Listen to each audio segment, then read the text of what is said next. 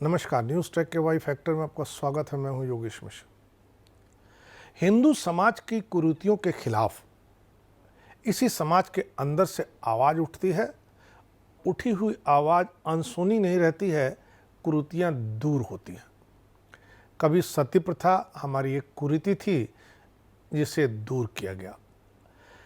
बाल विवाह भी काफ़ी हद तक दूर किया गया। अब असम की सरकार ने बाल विवाह प्रथा को तकरीबन रोक देने के बाद बहुविवाह प्रथा पर अंकुश लगाने की तैयारी शुरू कर दी है।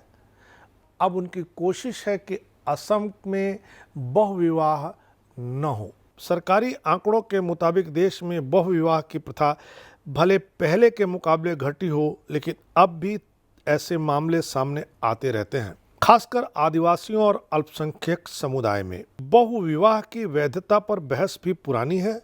बीते साल रेशमा नाम की एक महिला ने इस मुद्दे पर दिल्ली हाई कोर्ट में याचिका भी दायर की थी। सुप्रीम कोर्ट ने बहुविवाह और हलाला जैसी प्रथा पर विचार करने के लिए एक संवैधानिक पीठ का गठन भी कर दिया था। भारत की 1961 की जनगणना में 1 लाख विवाहों के नमूने लेकर किए गए एक सर्वेक्षण में बताया गया था कि मुसलमानों में बहुविवाह का प्रतिशत महज 5.7% था।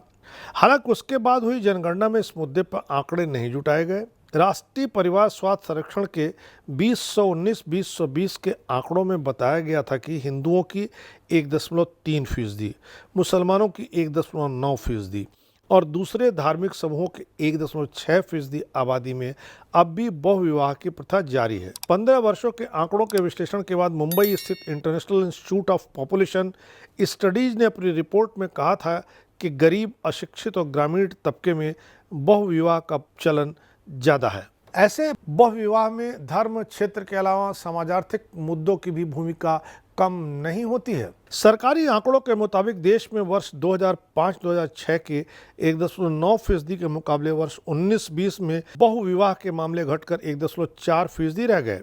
पूर्वोत्तर राज्यों में यह दर ज़्यादा रही है। मिसाल के तौर पर मेघालय में 6.1%, त्रिपुरा में 2%, बिहार, झारखंड, पश्चिम बंगाल और उड़ीसा में भी यह प्रथा जारी है। तमिलनाडु, तेलंगाना, आंध्र प्रदेश और छत्तीसगढ़ के अलावा बाकी जगह यह प्रथा हिंदुओं के मुकाबले मुसलमानों में ज़्यादा प्रचलित है। मुसलमानों में एक से ज़्यादा विवाह करने की छूट है। आईपीसी की धारा 494 के मुताबिक कोई भी मुसलमान पुरुष एक से ज़्यादा विवाह कर सकता है। वह ऐसा करके किसी दंड का भागी नहीं बनता है। इसी तरह शरीयत कानून में भी बहुविवाह की अनुमति है। पहली पत्नी की सहमति से कोई मुसलमान 4 शादियां कर सकता है। मुसलमानों में यह स्वतंत्रता सिर्फ पुरुषों को ही हासिल है। मुस्लिम महिलाओं को मुस्लिम पर्सनल लॉ अधिनियम 1937 के तहत दूसरी शादी की अनुमति नहीं है।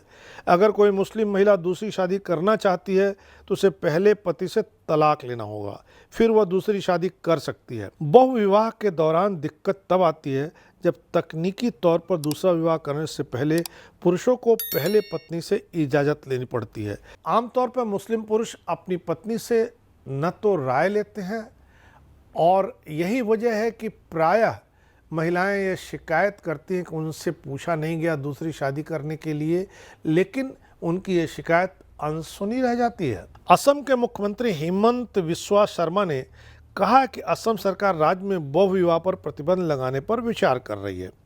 इसके लिए सरकार ने एक विशेषज्ञ समिति बना दी है। यह समिति इस बात की जांच कर रही है कि आखिर बहुविवाह पर रोक लगाने के लिए सरकार के पास क्या क्या अधिकार हैं। असम के मूल निवासियों के बीच तो बहुविवाह की प्रथा नहीं है, लेकिन असम के 2 जिलों में खास तौर से बहुविवाह की प्रथा देखी जाती है। हालांकि बहुविवाह प्रथा को रोके जाने के हेमंत बिस्वा शर्मा के बयान के बाद प्रतिक्रियाएं आनी शुरू हो गई हैं और न जाने क्यों लोगों को इससे परेशानी हो रही है और इसे भी धर्म और संप्रदाय से जोड़ करके देखा जा रहा है। All India United democratic front के अध्यक्ष और सांसद बदरुद्दीन अजमल ने कहा है कि यह इस्लाम धर्म की अपेक्षा अन्य धर्मों में अधिक है। जो लोग इस्लाम और शरीयत को मानने वाले हैं वे हेमंत बिस्वा शर्मा के इस स्टैंड की मुखालफत सिर्फ इसलिए कर रहे हैं क्योंकि वे अपनी इस सुविधा को जाने नहीं देना चाहते हैं। और वो बार बार ये बात कह रहे हैं कि बहुविवाह की प्रथा मुसलमानों से ज़्यादा हिंदुओं में है। तो अगर यह बात सच है तो उन्हें समान रूप से इसे लागू करने देना चाहिए, ताकि पता तो चल जाए कि सचमुच कौन लोग बहुविवाह ज़्यादा कर रहे हैं। और यह बात भी थोड़ी कम समझ में आने वाली है कि जिस धर्म में बहुविवाह की अनुमति हो और जिस धर्म में अनुमति नहीं हो, उन दोनों में जो बहुविवाह हो वो अनुमति नहीं होने वाले धर्म में ज़्यादा हो, यह गले के नीचे उतरने वाली बात नहीं है। इसीलिए जो लोग मुस्लिम धर्म और शरीयत को मानने वाले हैं वे ज़्यादा बेचैन हैं। पर निश्चित तौर से बहुविवाह प्रथा पर रोक लगना चाहिए। ये समाज की एक बुराई है, समाज का एक कलंक है। इस बार इतना ही। अगली बार फिर मिलेंगे किसी नए सवाल पर नए ढंग से बात करने के लिए। तब तक के लिए नमस्कार।